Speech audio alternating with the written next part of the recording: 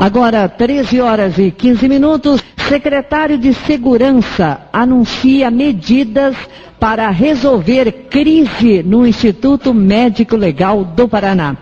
O secretário de Segurança Pública, Reinaldo de Almeida César, anunciou segunda-feira medidas de curto e médio prazos para resolver a situação do Instituto Médico Legal de Curitiba e também das unidades do interior. De imediato serão contratados temporariamente médicos legistas, peritos e auxiliares de necrópsia, peritos químico-legais, toxicologistas, auxiliares administrativos e também motoristas para o IML de Curitiba e das 17 unidades instaladas no estado do Paraná. Mas o que mais chama a atenção é uma medida que foi anunciada sobre a formalização de um convênio com a Secretaria de Saúde para que as perícias de crimes sexuais não sejam mais realizadas nas instalações do IML. E junto com a gente também está a Cláudia Vasilevski, que tem uma matéria no site da Rádio Najuá a respeito disso também, e o secretário de Estado de Segurança Pública, Reinaldo de Almeida César. E a Cláudia vai conversar com o Reinaldo e trazendo aí essas informações. Boa tarde, Cláudia. Boa tarde, Rose. Boa tarde, secretário. Boa tarde, Cláudia. Queria dizer da minha alegria de poder participar, conversando com os amigos da Rádio Najuá. Queria transmitir meu abraço aí a Rose, ao Paulo, que estão no estúdio, e dizer, enfim, da minha satisfação de podermos conversar sobre esse e tantos outros temas importantes da segurança pública do Paraná. Secretário, essa descentralização dos exames para ser feito em hospitais, ele salva as mulheres de um constrangimento muito grande. As mulheres que sofrem violência sexual, ou as crianças, ou mesmo homens que infelizmente sofrem esse abuso, elas têm que guardar as roupas, elas não podem tomar banho e ainda têm que encarar a fila do ML. Depois disso, tem uma série de exames, como de doenças sexualmente transmissíveis, para fazer, tem o exame de AIDS, tem que tomar a pílula no dia seguinte. Então é uma coisa que ninguém consegue se colocar no lugar de quem sofreu esse abuso. Então, primeiro, eu gostaria de dar parabéns pela atitude, é uma atitude moderna e corajosa. E gostaria que o senhor explicasse, secretário, como é que esses exames serão feitos nas próprias cidades ou nas cidades que somente tem IML?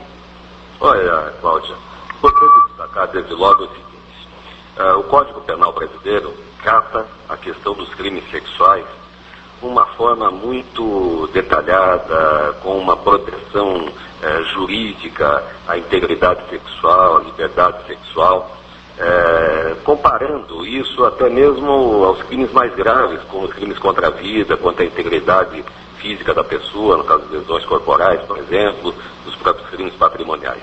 E, de fato, não faz nenhum sentido, não tem nenhuma lógica. A pessoa que passou por um constrangimento sexual, por um crime de violência sexual, estupro, atentado violento ao pudor, depois de todo esse momento de aflição, de angústia, do constrangimento, da violência moral ou física, porque passou no momento da violência sexual, ainda tem que se submeter à perícia que deve ser feita para efeito legal, a perícia que é feita em relação à pessoa que sofreu crime sexual, ela é necessária para formalizar toda a cadeia de prova do inquérito policial, mas é um absurdo que você submeta uma pessoa nessas condições a uma perícia convencional que seja feita no IML.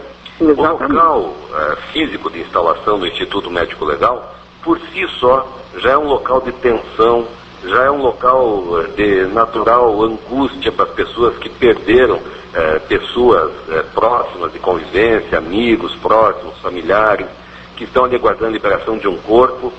E essas pessoas vítimas da violência sexual, sejam crianças, adolescentes, homens ou mulheres, sejam senhoras, mulheres que tenham passado por esse triste quadro da violência sexual, convivam nesse espaço físico com esse ambiente que, pela própria natureza do Instituto Médico Legal, por si só, por sua natureza, já é um ambiente mórbido, já é um ambiente tenso.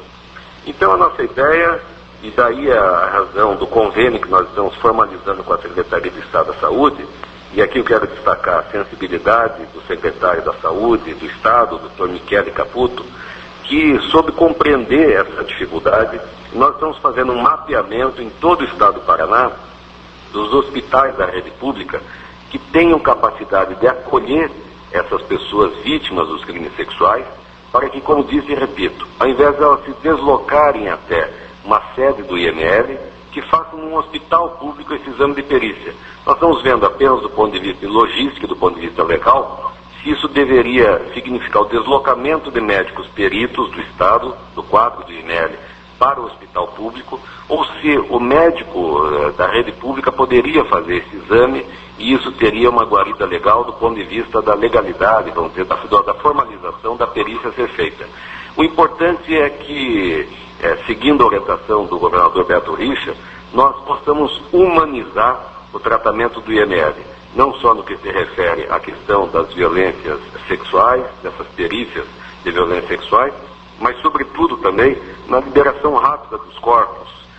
O momento de maior dor, maior aflição para uma família é quando perde uma pessoa próxima, um ente querido, e depois fica horas, às vezes passa de um dia para outro a liberação do corpo, e tudo que a família quer, na nossa cultura ocidental cristã, é ter rapidez na liberação desse corpo, para poder fazer os ritos de passagem, o guardamento, o velório e depois o sepultamento. Então o Estado tem que ser muito ágil e, sobretudo, ter a perspectiva da prestação de serviço do IML na dimensão do atendimento ao cidadão.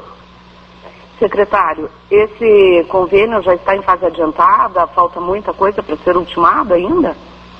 Eu tive uma reunião de trabalho na semana passada com técnicos da Secretaria de Saúde, com o secretário Michele, e nós estamos apenas detalhando de que forma isso ocorrerá, para que o convênio seja um espelho da situação fática que o Estado possa executar. Em outras palavras, o que a gente quer é estender, na maior possibilidade possível, essa rede de atendimento, primeiro para que o exame seja feito com segurança, por um profissional habilitado, tecnicamente capaz.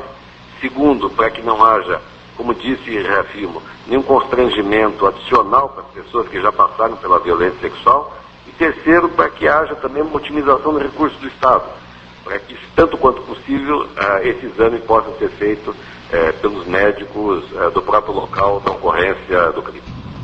Isso era uma coisa que me angustiava, pensar se teria que se deslocar a outra cidade. Mas, pelo jeito, vai ser feito um reenquadramento dos médicos, dos peritos, para poder fazer o exame. É que tem uma questão legal nisso aí, Cláudia. Os peritos têm uma regulamentação específica. O Código de Processo Penal fala expressamente da questão das perícias, nada impedindo que, eventualmente, sejam nomeados peritos ad hoc, como se fala, peritos temporários. Sim. Então, nós estamos vendo a melhor forma de fazer isso. Se precisar, digamos, no caso de Irati, da região, de um município menor, ao invés de deslocar a vítima, obviamente, para a cidade sede da região, onde há a base do IML, no caso de Ponta Grossa, ver se ou o médico legista vai até o hospital, aí no local, ou se eventualmente um próprio médico de Irati ou da região, aí de São Mateus, de alguma cidade mais próxima, mais estruturada, que tenha um hospital da rede de saúde pública, possa fazer com a convalidação desse exame pericial feito pelo médico local. O único sentimento que nós temos que ter nesse momento é exatamente esse, ou seja, de dar uma solução definitiva para que as pessoas que, como já disse, quero com muita ênfase aqui reiterar, pessoas que já passaram pelo enorme constrangimento do crime sexual, não sejam aí submetidos a um constrangimento adicional, que é precisar se deslocar até o IML, que é um local que fisicamente é contraindicado para receber pessoas vítimas da violência sexual. Secretário, quando eu trabalhava no Conselho da Condição Feminina, várias mulheres relatavam que não deram queixa de estupro justamente para não passar pelo IML para fazer o exame. Então era uma coisa angustiante, porque ela estava ali sofrendo, ela estava se sentindo humilhada. Como eu já disse, eu não consigo me colocar no lugar de uma mulher, de uma pessoa vítima de violência sexual. E um grande impedimento, primeiro ela teve a cultura do delegado perguntar o que ela fez para ser violentada, né? Depois e depois ter que passar pelo IML. E muitas mulheres não registravam queixa. Eu tentei buscar alguns números, mas infelizmente eu não confio muito nos números apresentados nos últimos anos. Mas era um número absurdo de pessoas que relatavam que não registravam queixa para não ir no IML. Pois é, uma razão a mais para que nós possamos com muita rapidez implementar esse programa. Minha expectativa é que nos próximos dias ele esteja em execução, ainda na virada aí do mês de março para o mês de abril, com essa conversa nossa. Naturalmente que essa é uma ação que reúne duas secretarias de Estado, a Segurança Pública e a Secretaria de Saúde, que tem, como todos sabemos, a gestão do sistema de saúde no Estado, que tem a gestão dos hospitais públicos, do quadro de médicos do Estado. Mas o que você relatou aqui é o diagnóstico que se tem. As pessoas têm inibição, às vezes, de levar adiante, e não só no caso de mulheres. Às vezes uma criança, por exemplo, que é vítima, lamentavelmente nós temos um quadro triste no Brasil da violência sexual, vitimando crianças e adolescentes. É uma das coisas que eu não consigo entender jamais. Pedofilia. E ainda nós causemos, digamos, um gravame a mais para essas pessoas, que é precisar ir ao IML pela inibição natural, e de repente uma médica no local, um médico possa, com muito profissionalismo, num hospital da rede pública, num horário agendado, com toda a capacidade de acolher essa vítima do crime sexual, possa rapidamente fazer o exame, e com isso nós possamos ter um bom inquérito policial, com a boa prova produzida, coletada, e no momento seguinte a sentença condenatória, que deve sempre ser em desfavor com o peso do Estado, do Poder Judiciário, em relação àqueles que foram autores desse odioso crime de violência sexual.